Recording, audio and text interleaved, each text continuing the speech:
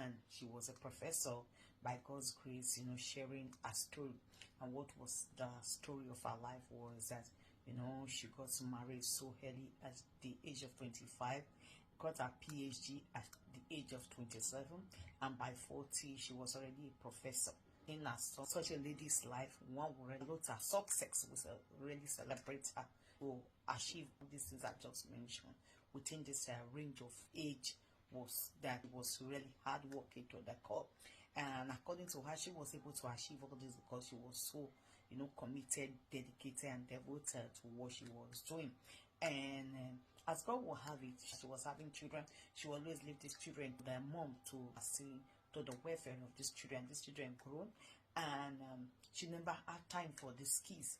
According to her, is that even when the children wants to have time with her, she always give the excuse that she's busy here and there. Even the husband will complain, she always have her way at the end of the day.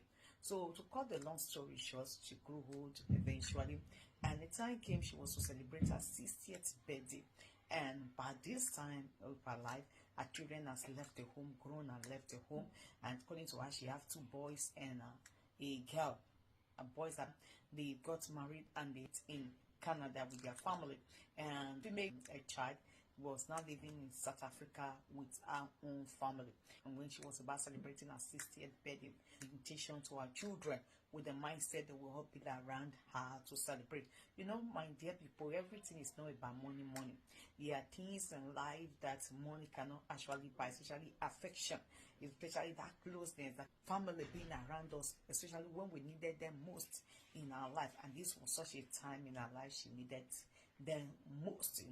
This was not just her siblings or members of relatives. These were her own blood.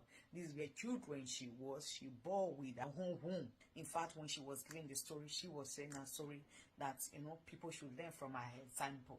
So back to the story, as I said earlier, is that she gave invitation to her children, the 3 of them, expecting to see them around, only for her to receive the shock news of her life that the 2 maids that now lived in Canada with their family to send news back to her and say, "Mom, we are sorry, we cannot make it, we are busy." Then, and they told her that yes, they have talked to their sister, she'll be gracing the occasion. And according to her, she was touched, but she was a bit relieved knowing that at least one of her 2 children was surfaced in the occasion. Only for her few days to the great celebration that the daughter called and said, "Mom, I'm sorry, I cannot make it work because I'm expecting a baby, and more also there are things I need to settle out with my husband." It was then it dawned on her that when children needed her most in their life, she was not there. She was not there. She was busy here and there. With her career carried away, so consumed with what she has to do to achieve with her life. And here it is now, these children has grown, they have left home. And children that is not properly raised by parents, that have been raised by others, they will not have that affection, that motherly affection in them, or the dad was not always around, that fatherly attention in them. They have grown to know, to see themselves that mommy is not always around, so they are not drawn towards mom. So for them, whether mommy is celebrating something, is not celebrating, they care less. But if you were to turn it around, situation whereby mommy was always available, I tell you, even before the day of the grand occasion, they will be there. Not only that, they will be there with their family. No matter what it costs them, they would plan ahead. Because look at it, it was a great occasion. You cannot tell me the mom just called them a month to, or 2 days to, or a week to. No, this should have been something mom has been planning over time and has informed them.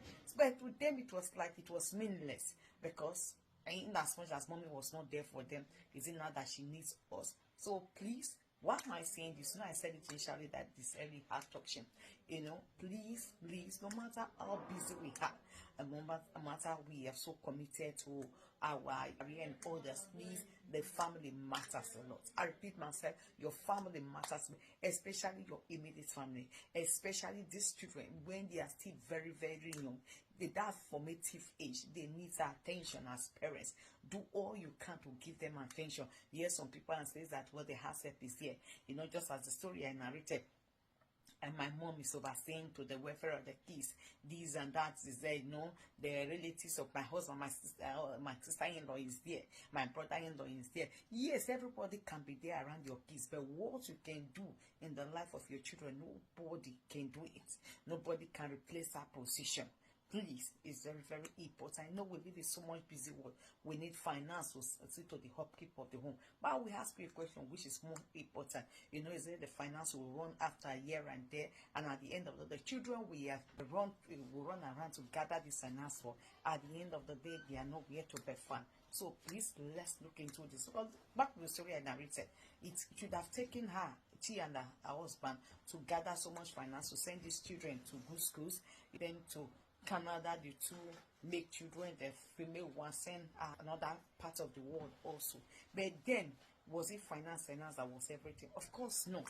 So please, let's look into it, and God will bless us as we do in Jesus' name.